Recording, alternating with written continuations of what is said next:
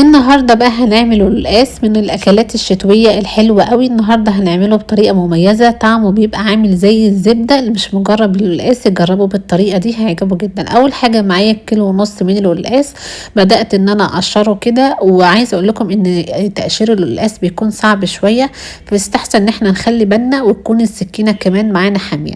بنشيل الجزء اللي فوق ده وبالراحه كده بنبتدي ان احنا نقشر القلقاس بالطريقه دي. قشرته بتكون سميكه شويه، فنخلي بالنا. هنتخلص من القشر بعد كده بمسحه بمنديل او بفوطه مطبخ تكون نظيفه. انا ما بغسلش القلقاس يا جماعه، انا بس بمسحه كويس قوي. بعد كده ببتدي اقطعه، لان لما جربت اغسله قبل كده بصراحه طعمه اتغير معايا، لانه بيكون فيه ماده كده نشويه، ده اللي بيخلي معانا طعم القلقاس حلو.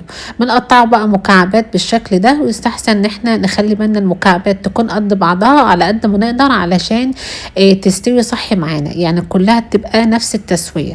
واللي حابب يغسل القلقاس برضو مفيش مشكلة، ولكن هو بصراحة بالطريقة دي بيكون احلى كتير. هنا بقى قطعت الكمية كلها بنفس الطريقة ونفس الحجم كده زي ما انتوا شايفين، ودي الكمية كلها معايا. في حلة بقى على النار ضفت عليها عصير طماطم، عبارة عن طماطمتين كده ضربتهم في الخلاط، عليهم معلقة كبيرة من الصلصة الجاهزة بدون اي مادة دهنية. وبعد كده نزلت بكوبايتين من شوربة اللحمة كانوا عندي، وبعد كده كملت بالمية. هضيف عليهم مكعب من مرق الدجاج، نص معلقه صغيره من الفلفل الاسود، وكده كده الشوربه كانت متبهره معايا. هسيب الكلام ده كله يغلي، وبعد كده هنزل بنص كميه القلقاس اللي كانت معايا. هسيب القلقاس ياخد غلوه. في الاثناء دي هكون مجهزه معايا معلقتين كبار من الزيت في الطاسه، عليهم معلقه كبيره من السمنه البلدي، ومعلقه من الثوم المفروم، عباره عن 4 فصوص من الثوم. وابتدي احمر الثوم ده. اول ما يبتدي يتحمر معانا كده هبتدي انزل عليه بشويه من الشبت وشويه من الكزبره متقطعين صغير خالص، يعني عباره عن نص كوبايه تقريبا، نص كوبايه من الشبت والكزبره.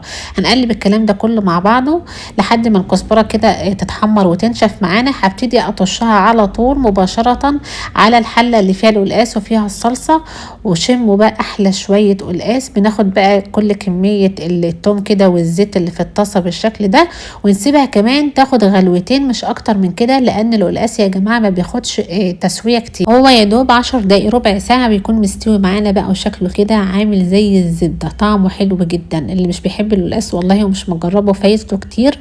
على شويه بقى رز ابيض كده او رز بالشعريه، وشويه بقى من صوص القلقاس كده اللي عملناه بالشوربه وبالثوم والخضره، حلو جدا. اللي مش مجرب بقى القلقاس يجربه بالطريقه دي على ضمانتي، ان شاء الله هيعجبه قوي. ما تنسوش بقى تعملوا لايك للوصفه واشتراك في القناه. سيبكم في امان الله وسلام.